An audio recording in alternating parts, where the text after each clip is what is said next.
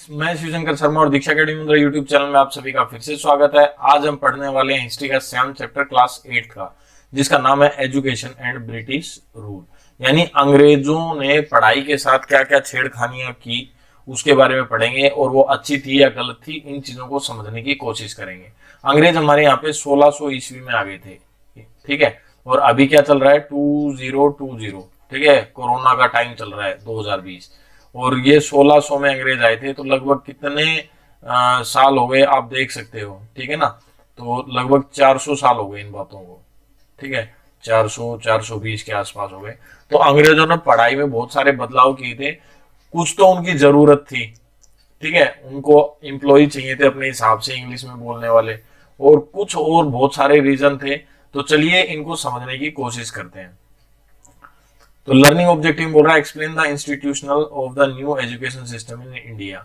बोल रहा है ये पढ़ने के बाद हमें समझना पड़ेगा भी, हम एक्सप्लेन कर सकेंगे कि जो इंस्टीट्यूशनल पढ़ाई है उसमें जो अंग्रेजों ने बदलाव किया था उससे इंडियन के जो एजुकेशन सिस्टम है उसमें क्या प्रभाव पड़ा, क्या फर्क पड़ा। अब देखो, ये किसी ने कुछ कहा हुआ है, इन चीजों को एक बार पढ़ लेते हैं। It is my considered opinion that, यह मेरी समझ में, it is my considered opinion, यानी अगर आप मेरा ओपिनियन जाने या मेरी समझ पूछें, दैट इंग्लिश, इंग्लिश के बारे में या इंग्लिश एजुकेशन के बारे में, in the manner it has been given, ये इस तरीके से पेश की गई है।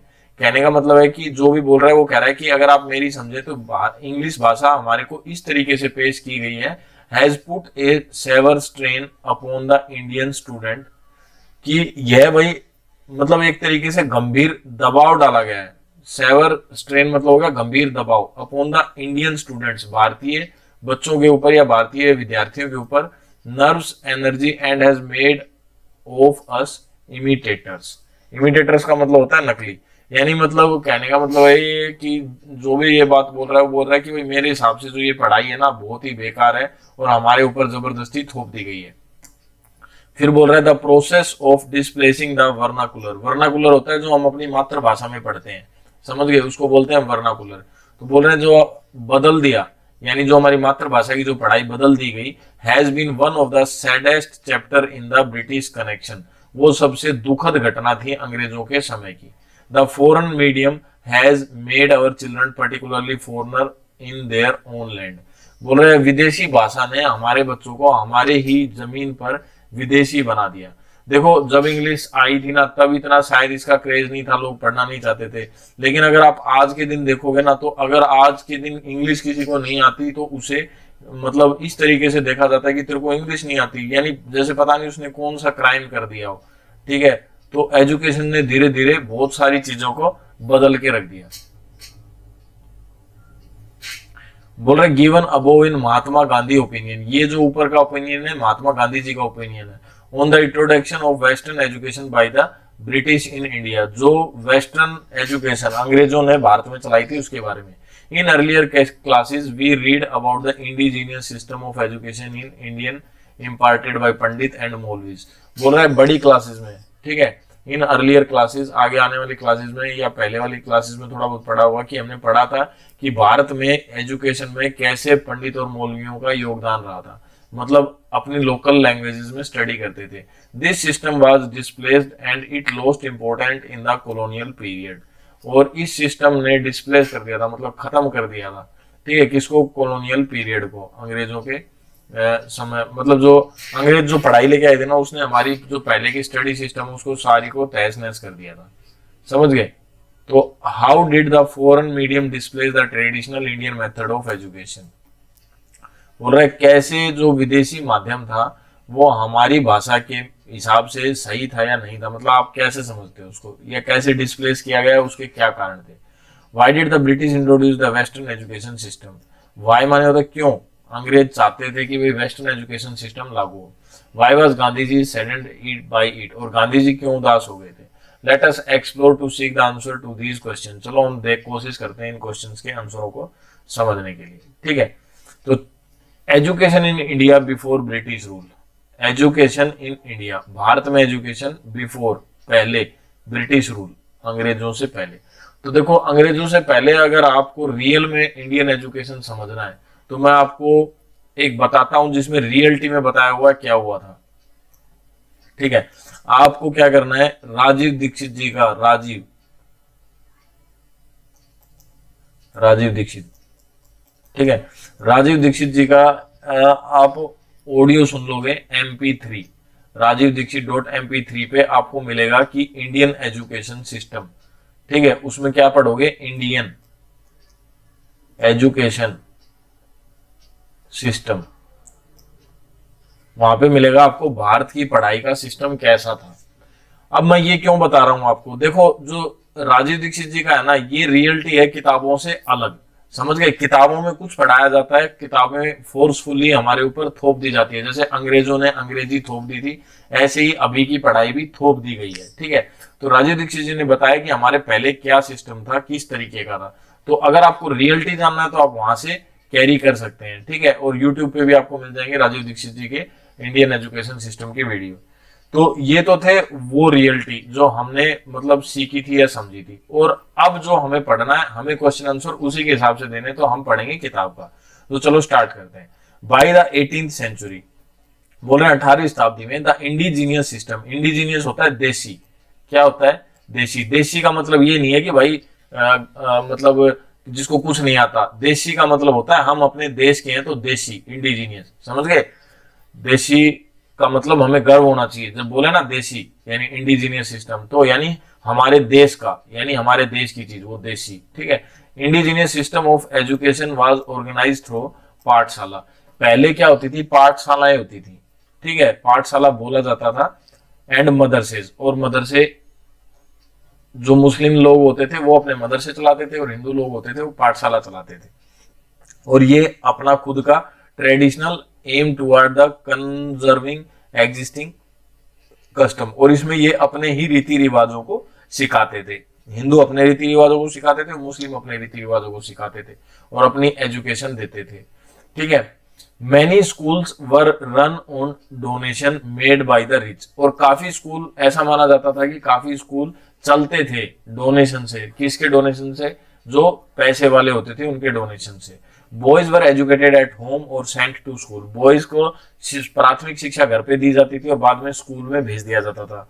Girls mostly did not have access to education, लड़कियों को पढ़ाई मतलब लड़कियों तक पढ़ाई की एक्सेस नहीं थी, मतलब लड़कियां नहीं पढ़ पाती थी। Everything was learned by rote and lengthy text were memorised by the student, सब चीजें याद की जाती थी। ठीक है, मूंजबानी, और लेंथी टेक्स्ट वर मेमोराइज्ड, और लंबे लंबे जो टेक्स्ट थे वो मतलब दिमाग में बिठा लिए जाते थे स्टूडेंट्स के द्वारा। According to William Arnold, William Arnold ने जो बोला है उसके बारे में ये बातें बताई गई है। ठीक है, ए ब्रिटिश एजुकेशनिस्ट, जो अंग्रेजों की शिक्षा का मतलब शिक्षक था या अंग्रेजी पढ़ाई के बारे में जानकार था। The student memorise the text, बच्चों को क्या करने पड़ते थे, टेक्स्ट को मेमोराइज करना पड़ता था, without driving any meaning from them, बिना ही उनका मीनिंग जाने। ठीक है, ये बोल रहे हैं कि भाई जो विलियम एर्नोल्ड है ना, ये क्या बोल रहा है कि भाई इंडिया का जो एजुकेशन सिस्टम है इसमें बच्चों को बिना ही बात में, यानी बिना पता ही, और बहुत बड़े बड़े क्या है टेक्स्ट को है रट्टा मारना पड़ता था। ठीक है, तो देखो अभी हमारी पढ़ाई है जैसे, तो हमारी पढ़ाई के बारे में दूसरा कैसे बताएगा। ठीक है, जैसे घर में हमारा क्या माहौल है उसको हम समझ सकते हैं, दूसरा कैसे समझ सकता है। तो विलियम एर्नोल्ड जो होता है ना, ये बोल रहा है कि भाई इंडिया में बच्चों को जबरदस्ती टेक्स्ट याद करवाए जाते थे उनका मतलब जाने बिना। ठीक है, childrens learn reading writing and arithmetic, बच्चे जो है वो पढ़ते थे, रीड करते थे, लिखते थे और अर्थमेटिक जानते थे, ये चीजें सीखते थे। In Sanskrit school Hindu religion and philosophy logic and law were some of the subject taught to high caste peoples.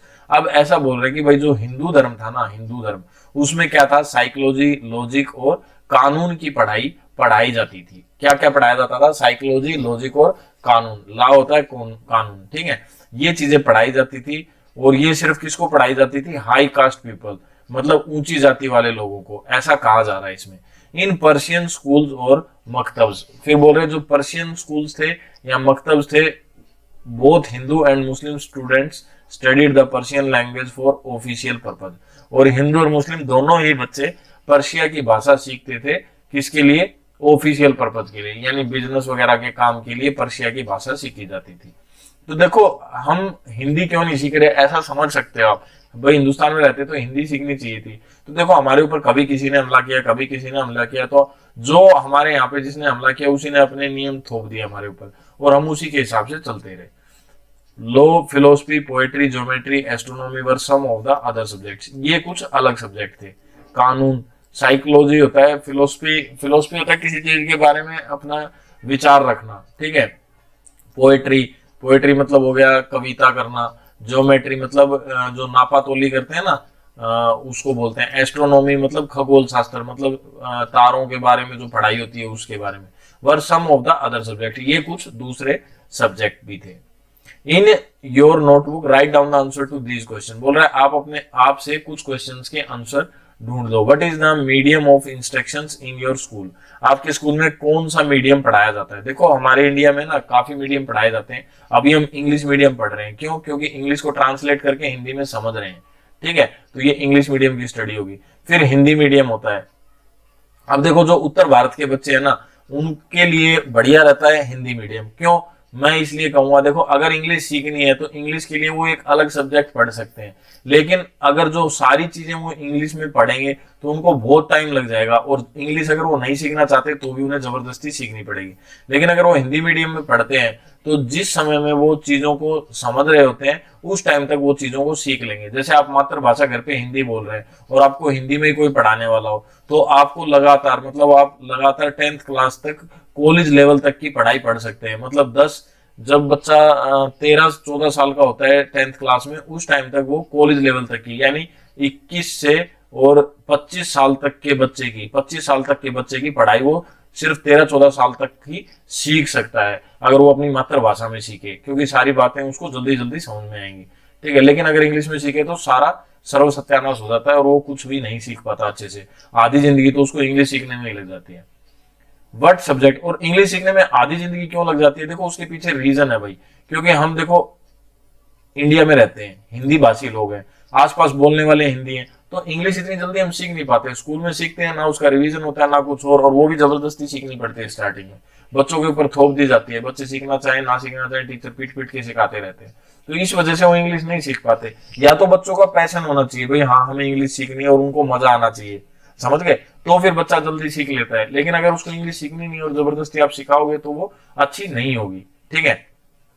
तो which subject do you like the most, तो आप कौन सा सब्जेक्ट आपको जो सबसे अच्छा पसंद है और वाई, क्यों, उसका रीजन दो। Is there any subject you would like to study which is not offered in your school, बोला क्या कोई ऐसा सब्जेक्ट है जो आप पढ़ना चाहते हैं और आपके स्कूल में ऑफर्ड नहीं किया जाता हो, ठीक है। हो सकता है बहुत सारे बच्चे डॉक्टर की पढ़ाई करना चाहते हो, लेकिन डॉक्टर के बारे में तो 10th तक कुछ पढ़ाया ही नहीं जाता, 10th तक तो सिर्फ बेसिक स्टडी पढ़ाई जाती है, ठीक है। तो ऐसे बहुत सारी चीजें जो हम बहुत जल्दी सीख सकते थे, लेकिन टाइम की वजह से वो नहीं सीख पाते, ठीक है। तो ये तो था थोड़ा सा बेसिक। अब आगे क्या बोल रहा है, education in India during British rule, अंग्रेजों के समय में एजुकेशन। तो इंडिया के समय की एजुकेशन आपने देख ली, क्या होता था इंडिया के समय में, मदरसे होते थे और पाठशालाएं होती थी, जिन्हें हिंदू और मुस्लिम दोनों ऑर्गेनाइज करते थे, और ऑफिशियल लैंग्वेज के लिए पर्शिया भाषा सीखी जाती थी।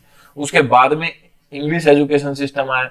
अब इंग्लिश एजुकेशन सिस्टम के बारे में बोल रहा है, the East India Company, the English East India Company did very little to promote education among the masses, इसने बहुत कम कोशिश की थी एजुकेशन को प्रमोट करने के लिए। इन 1781, 1781 में Warren Hasting establish the Calcutta Madras to teach Muslim law. अब देखो, जो वारन हेस्टिंग था, इसने शुरुआत की थी या इस्टेब्लिश किए थे the Calcutta Madras to teach Muslim law, मतलब मुस्लिमों के कानून पढ़ने के लिए। इन 1791, फिर 10 साल बाद the Sanskrit college was set up at Banaras, Sanskrit के कॉलेज सेट किए गए थे बनारस में 10 साल बाद।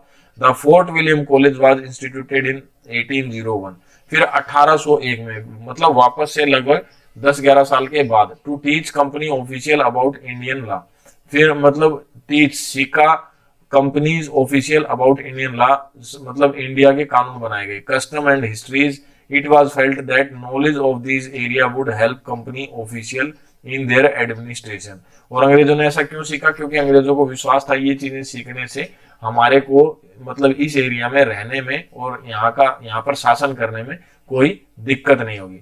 The college was also needed to produce qualified officials, और कॉलेज जो है ना वो सिर्फ मतलब प्रोवाइड करेगा ऑफिशियल्स, मतलब जो इंटेलिजेंट आदमी होंगे उन्हीं को, who could work in the administration, जो एडमिनिस्ट्रेशन का काम कर सकते हैं।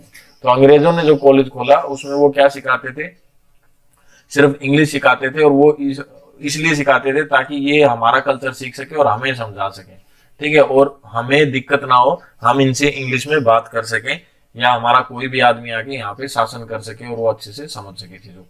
It is generally believed that, ऐसा माना जाता है कि, सामान्य रूप से ऐसा माना जाता है कि कॉलोनियल एजुकेशन यानी अंग्रेजों की जो शिक्षा थी वो, उसका एम था टू प्रोड्यूसिंग इंडियन क्लर्क, मतलब सिर्फ क्या हो, क्लर्क पैदा हो, क्लर्क पैदा हो। क्लर्क का क्या मतलब होता है, जो लेखा जोखा रख सके या हिसाब किताब रख सके, who would assist the administration, जो क्या करें, हमारे एडमिनिस्ट्रेशन को संभाल सके। However the introduction of colonial education was supposed to address many different aim and motives and cannot be attributed to single case।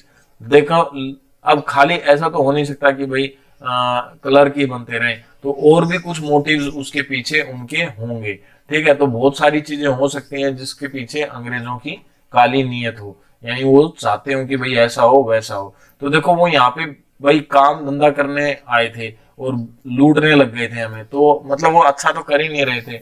Lord Minto था गवर्नर जनरल ऑफ इंडिया, जो Lord Minto था governor general था कहाँ का, India का, वो चाहता था education to have a moral role, education का मुख्य रोल हो, by helping to maintain law, किसकी सहायता से, कानून बनाकर, and order and reducing crime, और इस तरीके से बनाया जाए कि क्राइम रिड्यूस हो जाए। In England people held different views about whether Indians needed western education, लेकिन ये क्या कह रहा है कि भाई जो वो था ना मतलब इंग्लैंड में लोगों का अलग व्यू था किसके बारे में, कि भाई भारतीयों को जो है वो वेस्टर्न एजुकेशन देनी चाहिए या नहीं देनी चाहिए। इंडिया का अलग व्यू था कि भाई नहीं देनी चाहिए, और इंग्लैंड में दोनों तरह का व्यू था।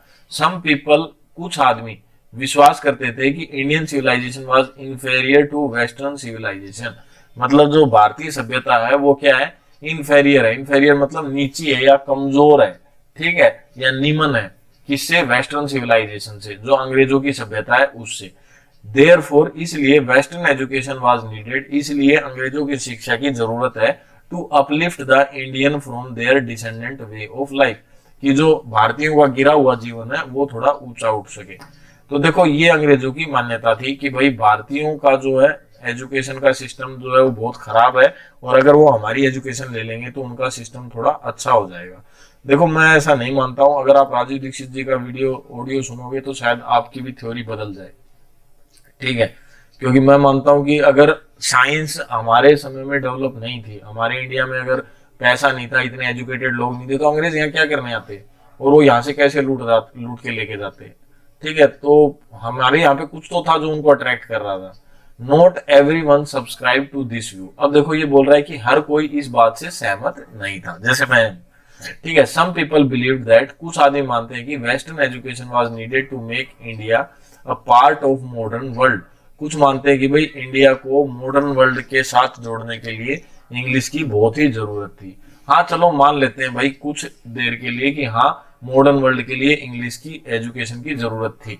क्यों? क्योंकि आज के टाइम पे भाई देखो, उस टाइम पे है ना इंग्लैंड का लगभग लगभग पूरे वर्ल्ड पे राज था, और उस टाइम पे अगर वो अंग्रेजी सभी पे थोप देते और सभी मान लेते तो शायद इंग्लिश एक वर्ल्ड लैंग्वेज हो जाती। लेकिन आज भी इंग्लिश सबसे ज्यादा बोली जाने वाली भाषा है, आप इंग्लिश में कहीं पर भी जाके बात कर सकते हो, लेकिन वो कंडीशंस के हिसाब से थी।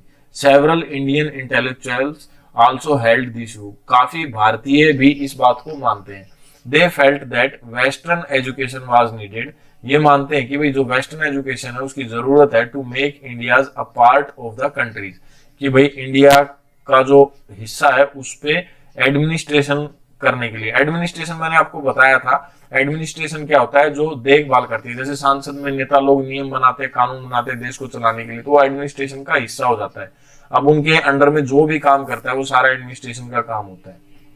तो आम जनता को कंट्रोल करना बैंक का काम, ठीक है, तहसील का काम, डाकघर का काम, जितने भी काम होते हैं गवर्नमेंट के वो सारे एडमिनिस्ट्रेशन में आ जाते हैं। तो एडमिनिस्ट्रेशन को चलाने के लिए अंग्रेज चाहते थे कि इंग्लिश एजुकेशन हो। Christian missionaries believed that Western education would assist in the spread of Christianity. अब देखो एक और इम्पोर्टेंट चीज है, हर धर्म के लोग चाहते थे कि भाई हमारा धर्म फैले, हमारे धर्म की दूर दूर तक क्या हो, मतलब स्प्रेड हो जाए, फैल जाए। तो क्रिश्चियन जो थे वो चाहते थे कि भाई क्रिश्चियन धर्म है जो दूर दूर तक फैले और लोग उस पर विश्वास करने लग जाए। Other believes that it would help to spread modern concept like liberty, equality and fraternity. लेकिन कुछ लोग मानते हैं कि भाई इससे क्या है, लिबर्लिटी मतलब स्वतंत्र रूप से सोचना और बराबरी का हक, और फ्रेटर्निटी मतलब देशभक्ति या इस तरह की भावनाएं लोगों के अंदर जागती है। दे बिलीव्ड, वे विश्वास करते हैं, क्या विश्वास करते हैं, that it would bring Indian subject closer to their British rulers, कि भाई it would bring Indian subject, यह जो भारतीय सब्जेक्ट है वो अंग्रेजों के काफी मतलब काम आएगा। मतलब अगर अंग्रेज एक सब्जेक्ट इंग्लिश का पढ़ेंगे तो हम जो अंग्रेज हैं जो शासन कर रहे हैं उनके लिए प्रॉफिटेबल हो जाएगा। ठीक है, तो ये मतलब उनकी सोच थी थोड़ा सा, और उनका एजुकेशन सिस्टम था। अब बोले था एंग्लिसिस्ट एंड ओरिएंटलिस्ट। ठीक है, इसमें देखो एक फर्क है, एंग्लिसिस्ट कौन हो गए, जो अंग्रेजी भाषा के फेवर में थे, मतलब जो चाहते थे कि इंग्लिश भाषा बोली जाए, और दूसरे ओरिएंटलिस्ट, ये कौन थे, जो चाहते थे कि भाई नहीं हम तो अपनी ओरिजिनल भाषा में ही बात करेंगे, ये ओरिएंटलिस्ट थे। ठीक है, इन 1813 the charter act renewed company, 1813 में भाई एक चार्टर एक्ट नया बनाया गया कंपनी ने, रूल फॉर अनदर 20 ईयर, जिसने 20 साल तक राज किया। The ban on missionaries activity was removed, अब मिशनरीज जो एक्टिविटी पे बैन था उन्हें हटा दिया गया। मिशनरी एक्टिविटीज क्या होता है, क्रिश्चियन धर्म को मतलब बढ़ावा देने के लिए जो एक्टिविटियों पे रोक था उसको वापस से खोल दिया गया। The act was also allotted fund amounting to 1 lakh for expenditure on education, और इनने एक रणनीति बनाई जिसके तहत इन्होंने 1 लाख रुपया एजुकेशन पे खर्च करने की सोची। The matter of how the government fund on education were to be utilize led a heated debate. लेकिन देखो अंग्रेजों ने ऐसा सोच तो लिया कि भाई एजुकेशन पे हम 1 लाख रुपया खर्च करेंगे, लेकिन जो मतलब पॉइंट था वो ये था कि भाई इसको किस तरीके से खर्च किया जाएगा, यूटिलाइज कैसे किया जाएगा, भाई क्या सिखाया जाएगा लोगों को। भाई 1 लाख रुपया उस टाइम पे 1 लाख रुपया बहुत था, आज मान लो करोड़ों रुपए खर्च कर रहे हो। ठीक है, तो एक पॉइंट था कि भाई अगर मान लो 1 लाख रुपया एजुकेशन पे खर्च होगा तो पढ़ाई कराई क्या जाएगी बच्चों को। The Anglicist were A group of thinkers, अब देखो काफी अंग्रेजी मतलब भाषा के फेवर में सोचने वाले, हु एडवोकेट, वो मतलब उसकी पैरवी करने लगे, बोलने लगे कि the introduction of western studies, science, philosophy and literature in English medium, अंग्रेजी मीडियम की ये चीजें सारी पढ़नी चाहिए। कुछ आदमी ऐसा बोलने लगे। ऑन द अदर हैंड, और दूसरी तरफ द ओरिजिनलिस्ट, मतलब जो असली थे, असली आदमी थे या अपनी भाषा में बात करने वाले आदमी थे, were those who wanted to promote Persian, Sanskrit and Arabic learning, वो चाहते थे कि भाई पर्शिया की, संस्कृत की और अरब भाषा की ही शिक्षा हम पढ़ते रहे। Some people also advocate the teaching of western knowledge through local language, कुछ आदमी ऐसा ही बोल रहे थे कि भाई चलो ठीक है वेस्टर्न नॉलेज हम ले लेंगे लेकिन लोकल लैंग्वेज में लेंगे, इंग्लिश में नहीं लेंगे। तो this debate was resolve through the English education act in 1835, और इन सारी समस्याओं का समाधान 1835 के एक इंग्लिश एजुकेशन एक्ट से हो गया। In the process leading up to act, Thomas Macaulay, जो थॉमस मैकोले ने डिलीवर किया था his famous memorandum on Indian education, उसका फेमस मेमोरेंडम मतलब एक मेमोरेंडम होता है किसी चीज की गाइडलाइन तैयार करना कि भाई हम कैसे क्या क्या करेंगे, on Indian education, also known as Macaulay's minute, जिसे मैकोलेज मिंट भी कहा जाता है। ही आर्ग्यू फोर्सफुली, उसने जबरदस्ती अपना आर्गू थोप दिया for the adoption of western education in India, कि भाई इंडिया के एजुकेशन को वेस्ट की एजुकेशन की बहुत ज्यादा जरूरत है। फिर फंड एलोकेट हो गए, the funds allocate for education were therefore, उसके बाद फंड्स को एलोकेट किया गया, मतलब पढ़ाई पे खर्च करने लगे। Spent on setting up institutions of higher education in the English medium, ठीक है, और इंग्लिश मीडियम हायर एजुकेशन पे मतलब खर्चा किया जाने लग गया, और सिर्फ इंग्लिश मीडियम में जो पढ़ाई करता उसी पे ये खर्चा होता। Elementary education was neglected, elementary का क्या मतलब होता है, गणित की पढ़ाई ना के बराबर करते थे। इन 1844 1844 में इट वाज अनाउंस्ड, ऐसा अनाउंस किया गया कि only those who were educated in English medium would get, मतलब ऐसा अनाउंस कर दिया कि 1844 में। देखो अब ये नियम कब बना था? 35 में। 35 के बाद 44 में ये क्लियरली अनाउंस कर दिया। क्या अनाउंस कर दिया? कि भाई एजुकेशन सिर्फ उसे मिलेगी, मतलब जो इंग्लिश एजुकेशन में पढ़ेगा उसे ही गवर्नमेंट जॉब मिलेगी, सरकारी नौकरी मिलेगी। This created a future rush for admission in English medium schools, और जिसकी वजह से अंग्रेजी मीडियम के स्कूलों को बढ़ावा मिलने लगा। Vernacular schools were reduce to secondary status, और वर्नाकुलर यानी जो हमारे देसी स्कूल थे वो कम होते चले गए, ठीक है, इसकी वजह से। फिर अब देखो ये कब हुआ था? 1844 में, 1844 में। फिर 1854 यानी लगभग 10 साल बाद, आफ्टर 10 ईयर की बाद की बात बता रखी, the British stated that their objective of creating a properly articulated system of education from primary school to the university. मतलब 10 साल के अंदर इन्हें पूरा अपना सिस्टम इस्टेब्लिश कर दिया। कहां से लेकर? प्राइमरी स्कूल से, यानी 1st से 5th तक के स्कूल से लेकर और कॉलेज तक सब सिस्टम चेंज कर दिया। दिस कम्प्रीहेंसिव स्कीम, और ये जो स्कीम थी was laid out in Wood dispatch of 1854। ये इसको वुड डिस्पैच ऑफ 1854 की स्कीम कहा जाता था। According to the Charles Wood, जो चार्ल्स वुड के हिसाब से बनी थी। Who had served on the board of control, जो जिसके पास, मतलब जो इस बोर्ड का, देखो एक बोर्ड बनाया जाता है जिसके हिसाब से काम किया जाता है, तो वो इस बोर्ड का मुखिया था। British institutions could serve as model for education. अब ब्रिटिश के इंस्टीट्यूशन जो थे वो एक मॉडल बना रहे थे पढ़ाई का। Wood came up with several recommendation to improve the existing system.